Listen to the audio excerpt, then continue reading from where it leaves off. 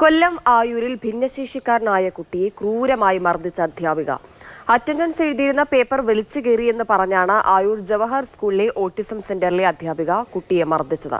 കുട്ടിയുടെ ബന്ധുക്കൾ ചടയമംഗലം പോലീസിലും ചൈൽഡ് ലൈനിലും പരാതി നൽകിയിട്ടുണ്ട്. ആയൂർ ജവഹർ സ്കൂളിലെ ഷീജ എന്ന അധ്യാപികയ്ക്കെതിരെയാണ് പരാതി. ഭിന്നശേഷിക്കാരനായ 13 വയസ്സുള്ള വിദ്യാർത്ഥി ക്ലാസ് കഴിഞ്ഞു പോകുന്ന വഴിക്ക് അറ്റൻഡൻസ് എഴുതിയിരുന്ന പേപ്പർ വലിച്ചു കീറി. ഇതിന് പിന്നാലെയാണ് സ്റ്റീൽ സ്കെയിൽ കൊണ്ട് കുട്ടിയുടെ ഇരു കൈകളിലും അടിച്ചത്. കുട്ടിയുടെ അമ്മയുടെ മുന്നിൽ വെച്ചായിരുന്നു അധ്യാപകയുടെ ക്രൂരത.